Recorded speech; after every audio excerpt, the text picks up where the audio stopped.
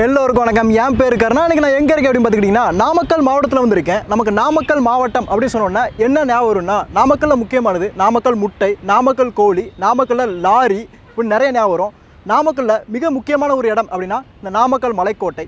மிகப்பெரிய ஒரு வரலாறு இருக்குது. இந்த ஊரோட மத்திய பகுதியில் இருக்குது. இந்த காலனி முழுசுமே பாருங்கள். இந்த கோட்டை என்ன, இதோட வரலாறு என்ன, எப்படி இருக்கும் எல்லாமே தெரிஞ்சுக்கலாம். வாங்க வீடியோக்குள்ள போகலாம்.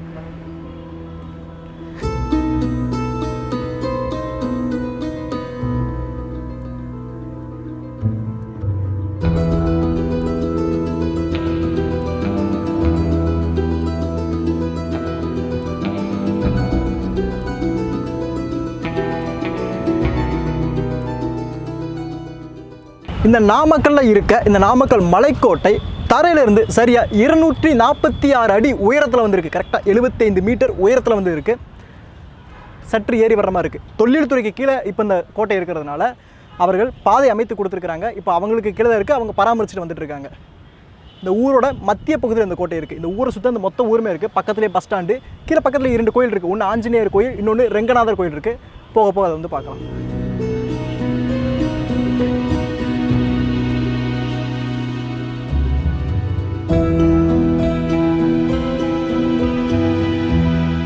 இப்போ இந்த கோட்டையோட அளவு உச்சிக்கு வந்து வந்தாச்சு, சரிங்களா? இந்த கோட்டையை சொன்ன 246 அடி உயரத்தில் இருக்குது. உங்களுக்கு ஏறி வர்றதுக்கு சரியாக ஒரு 5 நிமிடங்கள் வந்து ஆகும். வந்தால் அப்படின்னா மிகப்பெரிய அளவிலான ஒரு வாயிற் கதவுகள் உங்களை வந்து வரவேற்குது. வரதுக்கு முன்னாடி வலது பக்கம் ஒரு யாழியினுடைய மிக அழகாகவே செய்யப்பட்டிருக்கு. யாழியினுடைய சிற்பம் செதுக்கப்பட்டிருக்கு. வாயிற் கதவுல நிறைய புடைப்பு சிற்பங்கள் இருக்குது. 1 2 3 4 5 6. கீழே அதே இது யாழியின் மேல் ஒரு பெண் இருக்கிற மாதிரி, நடனமாடுற மாதிரி 2 பக்கங்கள் இருக்குது.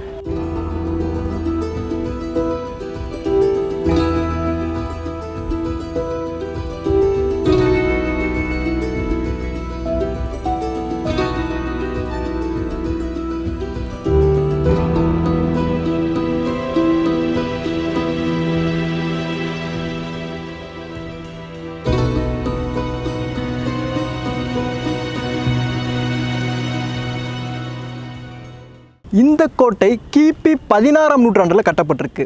யார் கட்டினோம்னா ஒரு பாளையக்கார மன்னர் வந்து கட்டியிருக்கிறாரு. யார், அவர் பேர் என்ன அப்படின்னா ராமச்சந்திர நாயக்கர் அப்படிங்கிற ஒரு பாளையக்கார அரசர் கிபி 16ஆம் நூற்றாண்டில் இந்த கோட்டையை கட்டுற அந்த நாமக்கல் மலைக்கோட்டைக்கு மேலே ஏறி வந்தோன்னா அந்த வாயிற் கதவு நம்மளை வரவேற்குது. அதுக்கு அப்படியே கொஞ்சம் தாண்டி இருந்தோன்னா ஒரு மிகப்பெரிய ஒரு கட்டிடம் இருக்குது. உள்ள போய் இருக்குன்னு பார்க்கலாம்.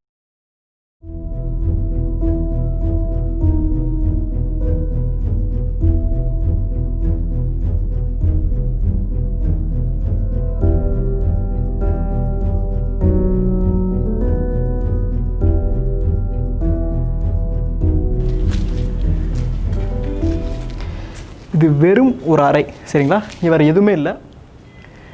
15க்கு 15 அப்படிங்கிற அளவில் இந்த அறை வந்து இருக்கிறது.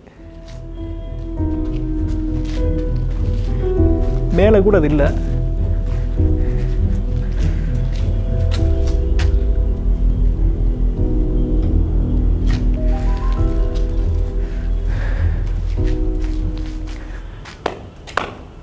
பதினாறாம் நூற்றாண்டில் செங்கற்களும் சுண்ணாமும் கலந்து கட்டப்பட்ட அந்த அமைப்புகளை உங்களால் நல்லா அழகாக பார்க்க முடியும். பாருங்கள், சற்று அங்கங்கே தொய்வடைஞ்சிருந்தாலும் உங்களால் நல்லாவே பார்க்க முடியும்.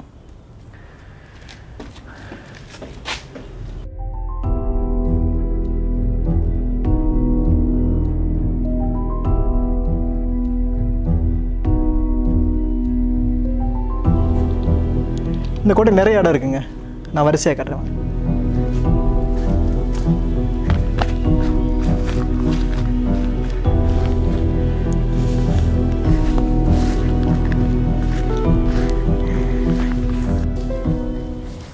ஒரு அழகான குப்பை தொட்டி. இது தொழில்துறை கீழே இருந்தாலும் அவங்க நல்லாவே பராமரிச்சுட்டு வர்றாங்க இந்த இடத்த.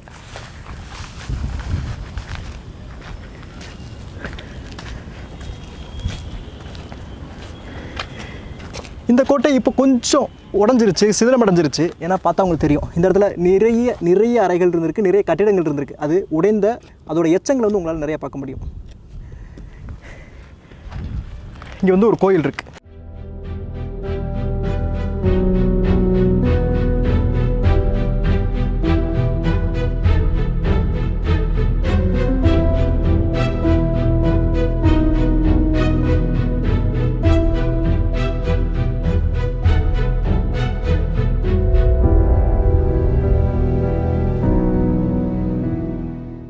இந்த கோட்டையில் என்ன ஒரு அதிசயம் அப்படின்னா, ஒரு அனுமார் கோயில் மேலே இருக்குது, பக்கத்திலே ஒரு மசூதியும் இருக்கிறது.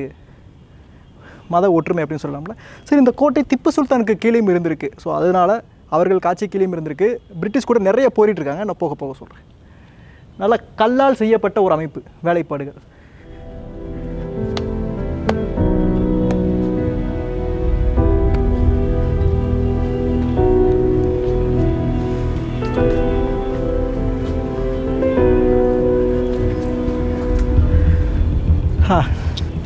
நமக்கு இதுதான் தேவை.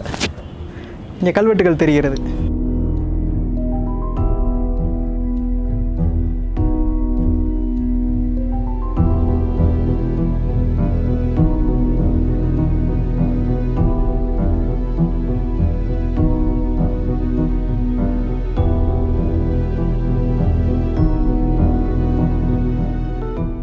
அந்த கோவிலுக்கு, அந்த அனுமார் கோவிலுக்கு அப்படியே வலது பக்கம் வந்து பார்த்துக்கிட்டிங்கன்னா ஒரு மசூதி வந்து இருக்குது. இது வந்து மசூதிக்கு முன்பக்கம் இருக்கக்கூடிய ஒரு அறை. இது மசூதிக்காக பயன்படுத்தப்பட்டிருக்கலாம், சேமிப்பு அறையாக இருந்திருக்கலாம்.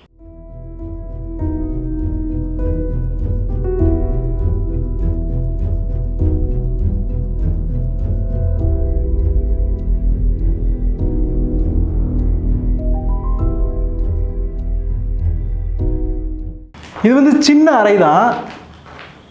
ஆனால் இப்போ வந்து ஏதோ ஒரு பயன்படுத்திகிட்டு இருக்காங்க. இங்கே நிறைய இந்த சிமெண்ட் இதெல்லாம் போட்டிருக்காங்க. இங்கே பாருங்கள், கொஞ்சம் எச்சங்கள், ஏதாவது பறவைகளுடைய எச்சங்கள் வாசம் அடிக்கிறது. அழகாக இருந்த கோட்டையை இந்த மாதிரி கிறுக்கனுங்க வந்து கிறுக்கிடுறானுங்க. பக்கத்தில் ஒரு மசூதி இருக்குது, வாங்க அங்கே போய் பார்க்கலாம்.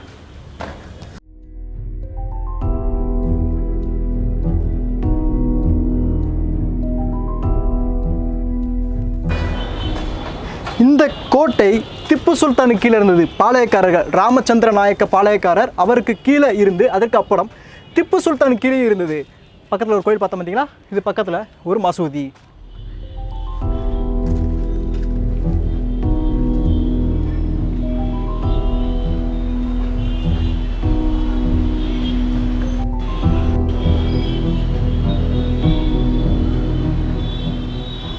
மலர்கள் வைத்திருக்காங்க.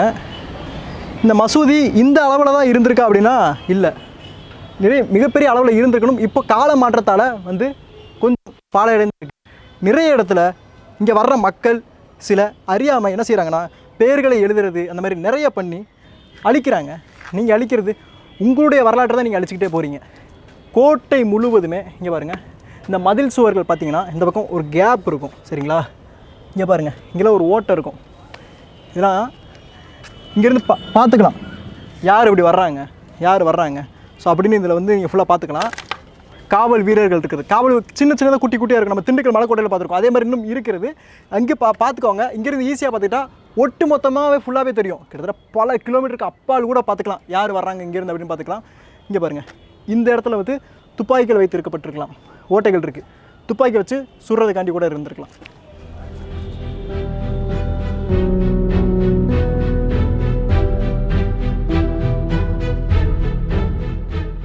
நம்ம கோட்டைக்கு அந்த கோயிலுக்கு பக்கத்துலேயே வந்து இங்கே ஒரு நீர், சின்ன ஒரு நீர் தேக்கமாக இருக்குது, ஒரு சின்ன குளம். அப்படி இந்த மசூதிக்கு பக்கத்துலேயே ஒரு சின்ன ஒரு நீர் தேக்கம் இருந்தது. சரி, இப்போ இந்த கோட்டையோட ஒரு சின்ன ஒரு வரலாறுக்கு வருவோம். இந்த கோட்டை பாளையக்காரர் அதுக்கப்புறம் யார்கிட்ட இருந்ததுன்னா திப்பு சுல்தான்கிட்ட வந்து இருந்தது. திப்பு சுல்தான் இருந்தது பிரிட்டிஷ்காரங்க வந்து 1769 வந்து கைப்பற்றிட்டாங்க. திப்பு சுல்தான் இந்த கோட்டையை தான் மையமாக வச்சு பிரிட்டிஷ்காரங்க வந்து எதிர்த்தார், சரிங்களா? பிரிட்டிஷ்காரங்க கைப்பற்றிடுறாங்க. அதுக்கப்புறம் 1792 ஹைதர் அலி மறுபடியும் பிரிட்டிஷ்காரங்களை எடுத்து மறுபடியும் போரிட்டு ஜெயிக்க பார்க்குறார். மறுபடியும் அவருக்கு தோல்வி தான் கிடச்சிது. பிரிட்டிஷ்காரங்க தான் கடைசி வரைக்கும் இதை வச்சுருந்தாங்க. அவரோட ஒரு முக்கியமான கோட்டை, சின்ன அளவு கோட்டை தான். நீங்கள் மேலே வந்தீங்கன்னா ஒரு 15 நிமிடங்கள்லேருந்து ஒரு 25 நிமிடங்களுக்குள்ளவே ஃபுல்லாமே சுற்றி பார்த்தலாம். சின்ன ஒரு அளவு தான். ஆனால் பார்க்குறதுக்கு நல்லா இருக்குது. மணி 1:30 ஆகுது.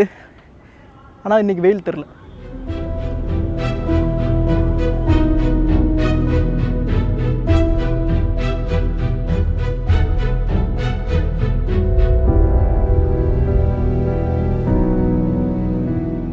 மலைக்கோட்டை, இந்த நாமக்கல் மலைக்கோட்டை ஒரே கல்லினால் ஆனது. இந்த மலை வந்து ஒரே கல்லினால் ஆனது அப்படிங்கிறது மிகப்பெரிய சிறப்பு. இந்த மலைக்கோட்டைக்கு கீழே வந்து 2 கோயில்கள் இருக்குது, ரொம்ப முக்கியமான கோயில்கள். இந்த நாமக்கல் கோட்டைக்கு ஈடு கொடுத்து சொல்லப்படக்கூடிய கோயில்கள்.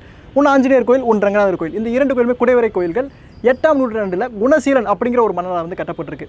அற்புதமான ஒரு கோட்டை, பாளையக்காரர்களால் கட்டப்பட்டு மிக மிக தட்டிமனாக, மிக ரொம்ப பார்க்கறதுக்கு நல்லா பிரம்மாண்டமாக இருக்குது. அவ்வளோ வலிமையாக கட்டியிருக்கிறாங்க. ஆனால் இந்த கோட்டைக்கு நிறைய பேர் வர்றதில்லை அப்படிங்கிறது மிகப்பெரிய ஒரு சோகம். நாமக்கலோட மத்திய பகுதியில் இருந்தாலும் இந்த கோட்டைக்கு நிறைய பேர் வர்றதில்லை. இந்த கோட்டை பல நினைவுகளையும் பல ஒரு வரலாற்று சுவடுகளையும் சுமந்துக்கிட்டு இருக்கு. கண்டிப்பாக நீங்கள் வந்து பார்க்கணும். மழை பெய்யுது, வானம் கூட சொல்லுவீங்க யாரும் வர்றதில்லைன்ட்டு. இங்கே பாதுகாப்புக்கு யாருமே இல்லை. வந்தீங்கன்னா உங்கள் சொந்த பாதுகாப்பில் வாங்க. நான் கூகுள் மேப் டிஸ்கிரிப்ஷன் கொடுக்குறேன். நாமக்கல்ல பார்க்க வேண்டிய ஒரு முக்கியமான இடம் நாமக்கல் மலைக்கோட்டை. நெக்ஸ்ட் வீடியோ பார்க்கலாம் 5 மணிக்கு.